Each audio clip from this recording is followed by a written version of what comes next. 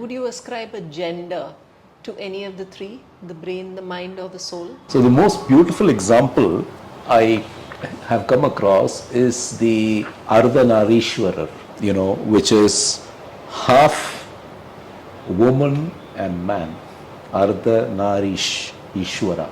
And if you think about it, it represents the perfect union of the female and the male, conceptual union. And if you go back and look at it, human beings do have within them a more masculine half and a more feminine half. Of course, this is alluding to classical literature as well. So in that sense, I think conceptually, to understand that a human has within them all these embodied, you have a brain, of course you have a mind, and of course you have a soul that you're not able to touch most of the time, but you do sometimes. And you have within you this ability to evoke your masculine or your feminine half depending on the circumstances you are in.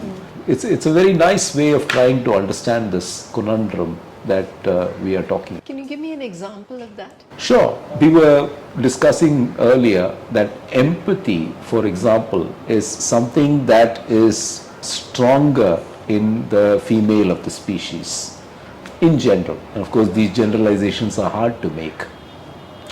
Logical reasoning, perhaps, on the other hand, may not be as strong, may be stronger in the male of the species. Now, all of us are capable of empathy. There are times, even the most logical of us, save a few exceptions, switch on our empathy from time to time. And very empathetic people do switch on their logical half from time to time. So in a sense, we embody all this within us. We are most of the time in one schema of operation, but we have the capacity to switch to another schema of operation depending on the circumstances, what we are being exposed to, what we are thinking about at that point in time.